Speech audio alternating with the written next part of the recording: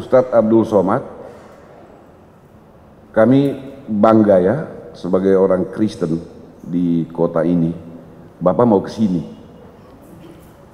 Bapak datang di kota yang memiliki rekam jejak sosial sangat buruk. Di saat usia kami masih sangat muda, tahun 99 seperti yang tadi dijelaskan Pak Wakil Wali Kota. Sebab bagi kami, kedatangan tokoh-tokoh agama yang karismatik seperti Pak Abdul Somad, kami yakini selalu saja mendatangkan pencerahan bagi masyarakat di kota Ambon. Pak Abdul Somad ini bagi orang Kristen bukan barang baru ya Pak.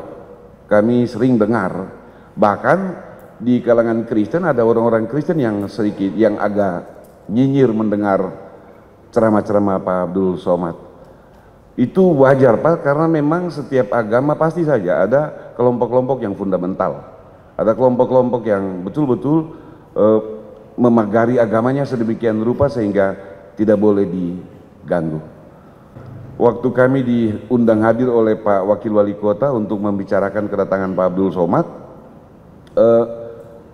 bagi kami itu sesuatu yang menguntungkan, sehingga kami berharap pelaksana Pak Rifki, kalau Pak Abdul Somad bikin ceramah atau dakwah, tolong disiarkan juga streaming, karena pasti orang-orang Kristen di Ambon ingin dengar.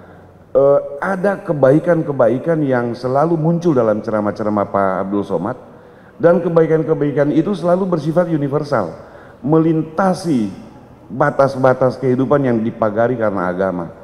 Kebaikan itu pada dirinya sendiri tidak bisa dibendung oleh agama. Bahkan agama yang seringkali mengeluarkan kebaikan-kebaikan berdasarkan ajarannya itu. Oleh Ustadz Abdul Somad. Kepada Bapak Ustadz Abdul Somad, disilakan.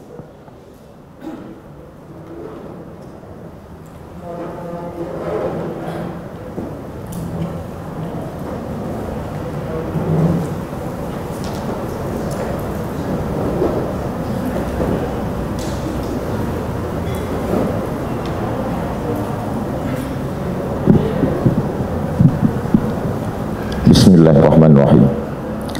Assalamualaikum warahmatullahi wabarakatuh.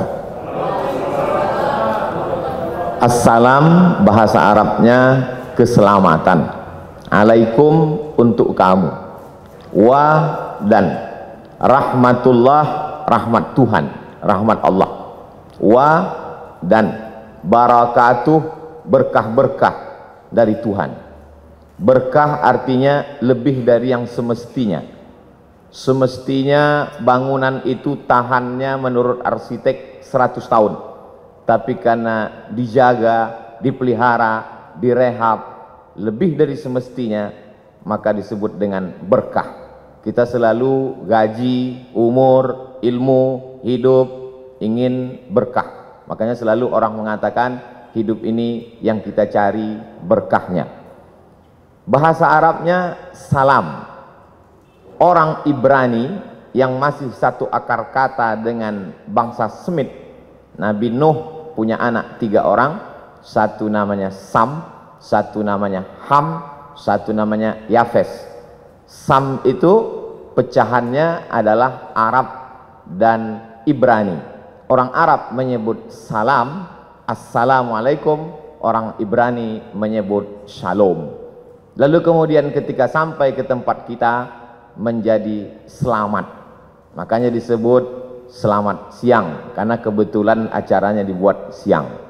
Salam sejahtera, tambahan, kombinasi, modifikasi dari bahasa Arab dan bahasa Indonesia. Ada salamnya, ada sejahtera. Istilah-istilah yang lain tidak saya sebutkan karena takut silap dan salah. Karena acara ini direkam, di-streamingkan. Takutnya kerukunannya tidak tercapai, malah silapnya yang viral. 3 jam perjalanan. Tadi malam kami bertolak jam 2 dari Jakarta. Kemudian saya lihat matahari sudah mulai terbit. Kami pun sampai ke Pattimura Airport. Selama ini Pahlawan nasional itu hanya kami lihat di uang 1.000 saja. Tapi hari ini sudah sampai. Sebagai bukti kami ambillah foto berlatar belakang background Pattimura Airport. Lalu kemudian disambut oleh Habib. Habib diambil dari kata hub. Hub artinya cinta. Habib orang yang kami cinta. Karena kakeknya Muhammad SAW kami sangat cinta. Maka cucu-cucunya yang mengalir darah itu pada mereka, kami juga cinta kepada mereka. Kami sebut mereka dengan Habib. Kalau perempuan Habibah, tapi jarang itu kami panggil karena nanti banyak orang yang marah, terutama suaminya. Lalu kemudian saya pun melihat di perjalanan ada tulisan besar sekali, "Welcome to the city of music." Barulah saya paham kenapa orang-orang Ambon ini banyak jadi penyanyi di Jakarta. Karena mereka berasal dari kota musik. Bahkan tadi begitu sampai ke atas ini pun kami disambut dengan musik. Lalu ada tulisan besar juga saya baca, Ambon Manise. Alhamdulillah makanannya sudah saya cicipi, manis. Wajah orangnya agak terhalang karena masker ini. Tapi insya Allah dari wajah beberapa tokoh kita menilai ada keramahan, ada kesenangan untuk menyambut tamu sebagaimana yang disampaikan oleh Pak Pendeta Ricardo, kemudian Bapak Pastor mewakili uskup, lalu kemudian tokoh-tokoh lintas agama. Sampai akhirnya saya pun sampai ke majelis ini bertemu dengan Bapak Wakil Wali Kota yang kabarnya sudah mendapat beberapa telepon, ada kemarahan kenapa Ustadz Abdul Somad tidak dibuat ceramah tablik akbar di Tanah Lapang. Saya melalui forum mimbar ini menyampaikan dimanapun saya tausiah hari ini tidak bisa dibuat di Tanah Lapang karena memang suasana kita sedang COVID. Tidak bisa kita mengumpulkan orang ramai. Di hotel pun paling banyak hanya 150 sampai 300 orang. Kalaulah tadi direkam itu kamera dari awal sampai akhir, bagaimana panitia ini betul-betul menjaga prokes kita. Saya di beberapa banyak tempat selama setahun dari Maret 2020 sampai 2021 ini, rasanya yang paling tertib melaksanakan prokes ini di Ambon inilah. Itu Ustadz ngomong begitu karena di Ambon atau bagaimana? Memang saya bisa tanya kepada tim. Karena di Ambon inilah sampai yang mikrofonnya pun ganti masker dah berapa kali. Saya yakin itu virus COVID tidak sampai ke atas ini. Mereka di bawah melihat, tak usahlah kita naik, cepat kita mati kata dia. Alhamdulillah bertemu dengan Pak Wakil Wali Kota. Bapak Wali Kota tidak bisa hadir karena sedang ada kegiatan di Jakarta. Ini perlu saya sampaikan supaya jangan ada fitnah di antara kita. Lalu kemudian bertemu pula dengan Bapak Kapolresta Ambon. Saya pikir sudah 3 jam perjalanan naik pesawat itu akan bertemu orang jauh. Ternyata orang sekampung juga dari Sumatera Utara. Lalu kemudian sangat membahagiakan berjumpa dengan para alim ulama, Ketua Majelis Ulama Indonesia, Ketua Majelis Ulama Indonesia Provinsi Maluku dan Kota Ambon. Tokoh-tokoh, orang-orang tua yang tak dapat saya sebutkan satu persatu, insya Allah semuanya selalu mendapat keberkahan hidup.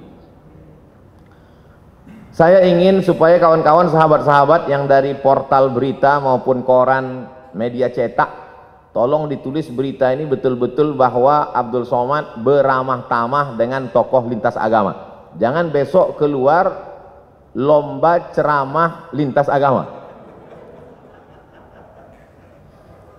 Ada sebuah kampung di Pulau Sumatera, tepatnya di Provinsi Sumatera Utara.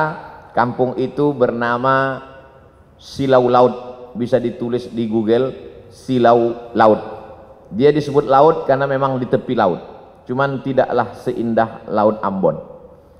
Lalu kemudian kampung itu dibuka pada tahun 1901. Jadi umurnya 120 tahun. Yang membuka kampung itu kebetulan kakek dari ibu saya, namanya Syekh Abdurrahman.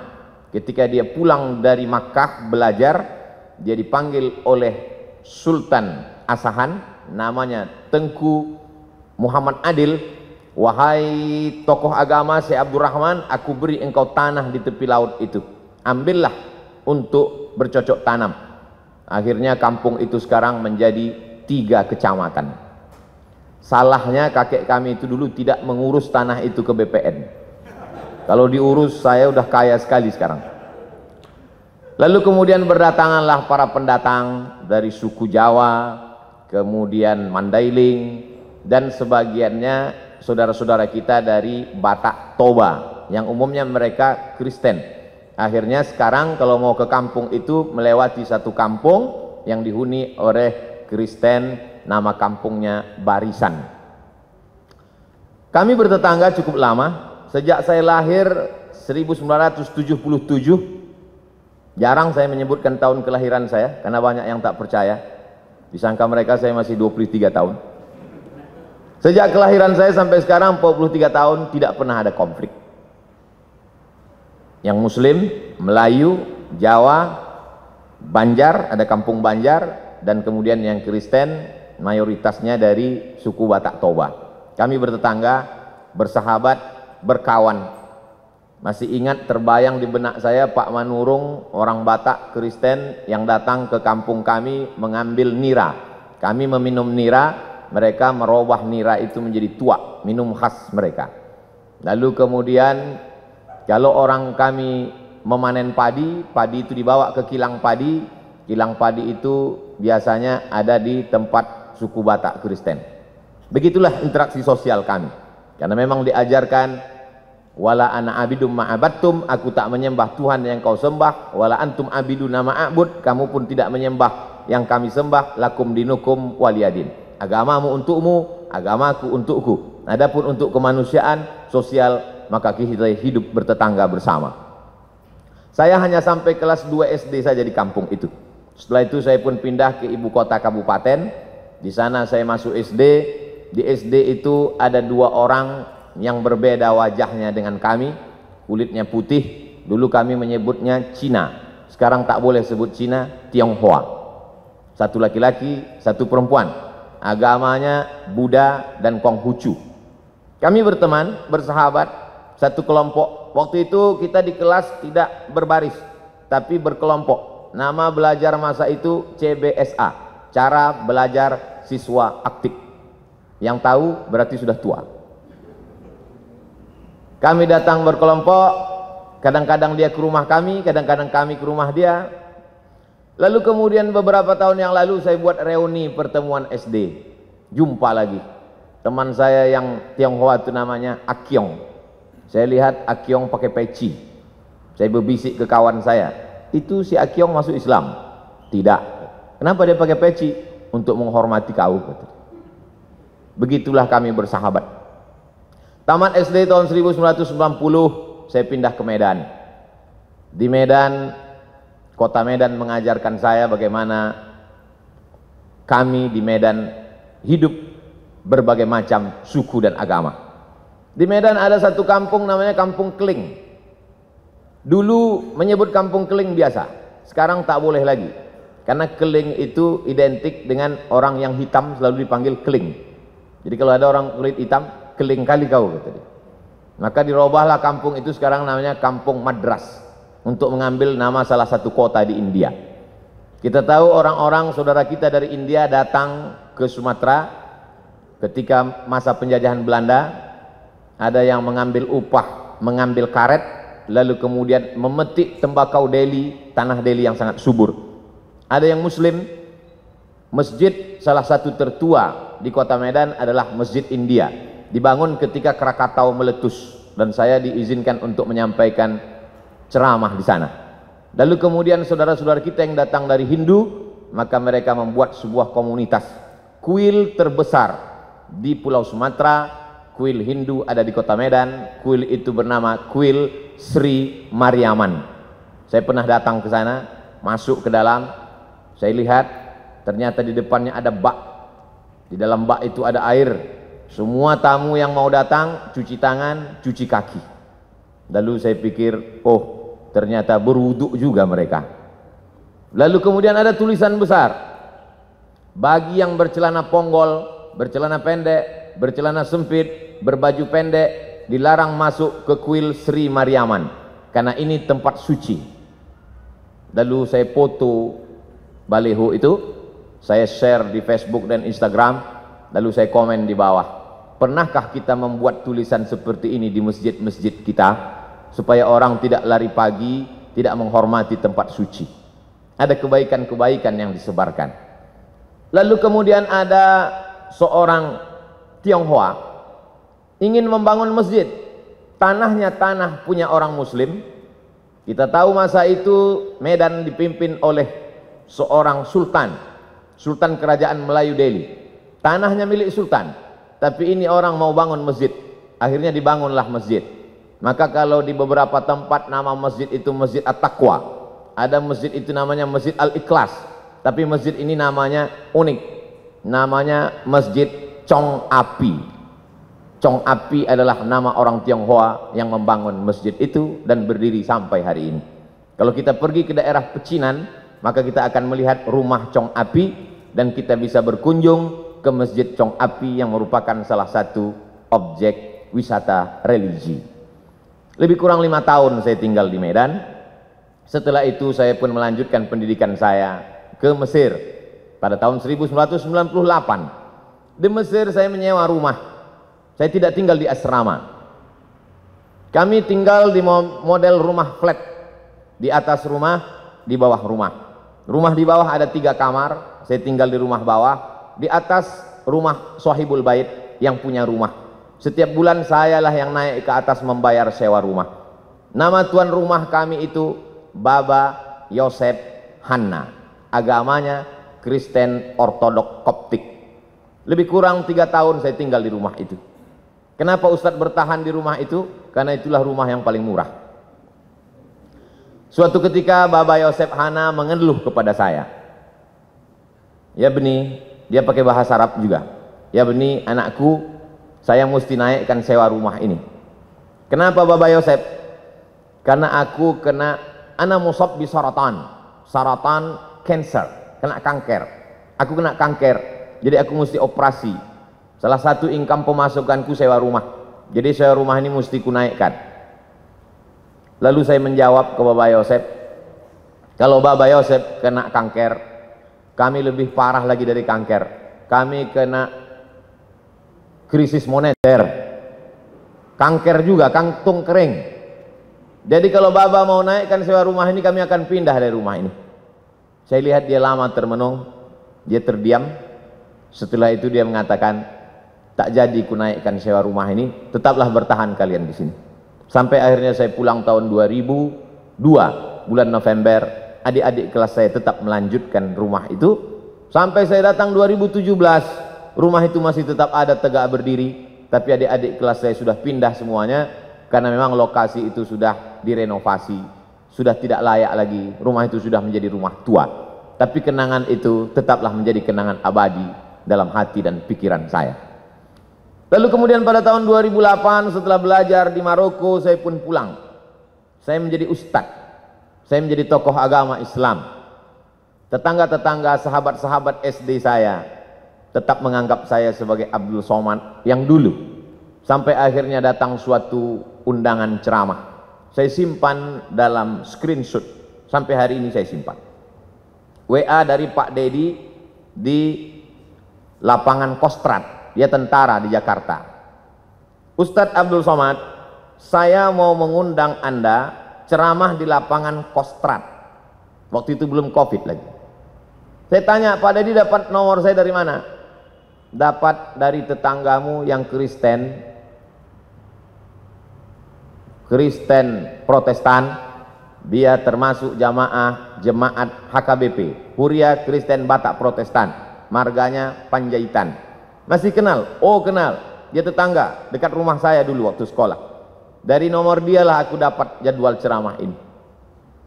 Biasanya kalau ada orang mengundang saya dari satu kota, saya beri ke koordinator kota itu. Kalau dia Jakarta, saya beri ke koordinator UAS, Ustadz Abdul Somad DKI Jakarta, Jabodetabek. Kalau dia datang dari Sumatera Utara, saya kasih ke koordinator. Tapi ini langsung ke saya. Saya bilang, insya Allah saya akan datang.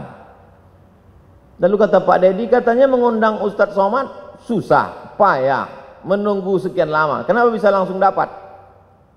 Kalau kalian mau cepat dapat, undanglah melalui tetanggaku yang Kristen itu. Sebulan yang lalu, tetangga saya, lain orang, dia kirim foto rumah mengaji, dindingnya belum disemen, atapnya tidak pakai dek, anak-anak belajar Quran di lantai. Adinda Abdul Somad, itu tempat mengaji itu adalah rumah si Joni, tepatnya di depan rumah si Hot Maharahap. Aku mohon kau dukunglah tempat mengaji ini. Padahal dia Kristen. Dia ingin supaya tempat mengaji itu saya support. Akhirnya saya hubungilah tim Yayasan Tabung, Yayasan Wakaf Hajah Rohana. Setelah mak saya meninggal, saya buat program kemanusiaan untuk memberi makan fakir miskin, namanya Yayasan Wakaf Hajah Rohana.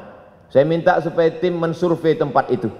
Akhirnya tempat itu disurvei, berapa lantai yang perlu diperbaiki, berapa harga semen untuk menutup dinding, berapa tikar plastik dan meja, berapa lampu yang mesti diganti dan lain sebagainya. Akhirnya guru-guru mengaji mengucapkan terima kasih. Terima kasih Ustadz. Dari mana Ustadz dapat info dari kami? Dari tetanggaku yang dulu masa kecil sahabatku. Rupanya dia tak sampai hati kali melihat kalian mengaji di lantai. Akhirnya dia WA saya dan hari ini tetap terjalin. Saya bukan ingin membanding-bandingkan kampung saya dengan Ambon. Tentu tidak bisa mengimbangi yang 100 tahun menurut pakar internasional memperbaiki psikologis orang Ambon perlu 100 tahun, tapi di Ambon cukup hanya 10 tahun sudah selesai. Ini keberkahan. Jadi kedatangan saya kemari adalah untuk mengunjungi saudara-saudara saya sebangsa dan setanah air. Adapun ceramah saya di masjid, di kantor, semuanya direkam melalui kamera, dan kalau signal di hotel, di masjid itu kuat, memang biasanya di streamingkan. Pak Ricardo, Pak Pendeta Ricardo, Bapak Perwakilan Uskup, dari tokoh lintas agama Hindu, Parisada Hindu Dharma Indonesia, maka semua ceramah saya itu di streamingkan. Begitu juga dengan yang nanti malam insya Allah. Sampaikan kepada jemaat, sampaikan kepada umat bahwa ceramah Abdul Somad streaming bisa ditonton melalui channel Ustadz Abdul Somad Official. Jangan lupa subscribe, like, and share.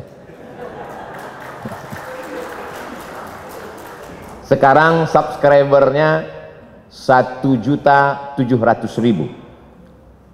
Viewernya sampai hari ini 91 juta orang sudah menonton video-video itu.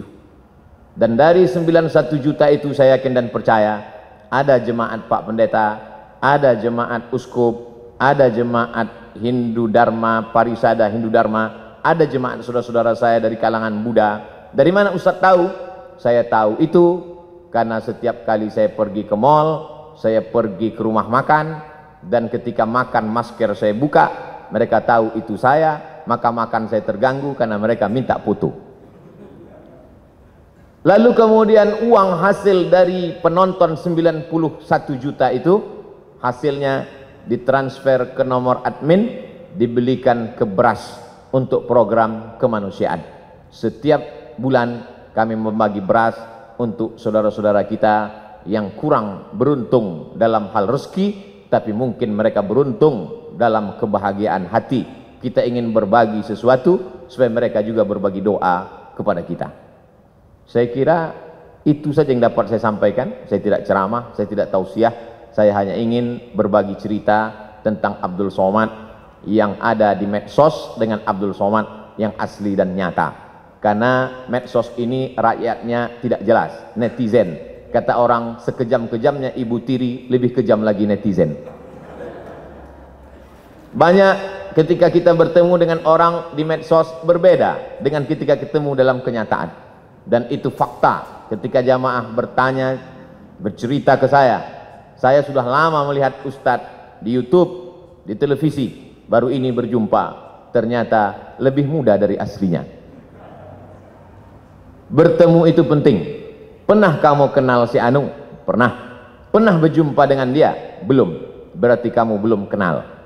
Pernah kamu kenal dengan si Anu? Pernah. Pernah kamu duduk makan bersama dengan dia? Belum. Berarti kamu belum kenal. Hari ini kita bertemu, hari ini kita bersama, tinggal lagi makan. Ini semakin lama kata sambutan ini, maka semakin banyak dosa saya karena menahan nafsu makan. Saya ucapkan banyak terima kasih. Banyak kata-kata tidak berkenan di hati, menyinggung perasaan. Saya Abdul Somad, warga negara Indonesia, sama-sama manusia, sama-sama mencintai NKRI. Mohon maaf atas segala kesilapan. Terima kasih atas segala perhatian. Wassalamualaikum warahmatullahi wabarakatuh.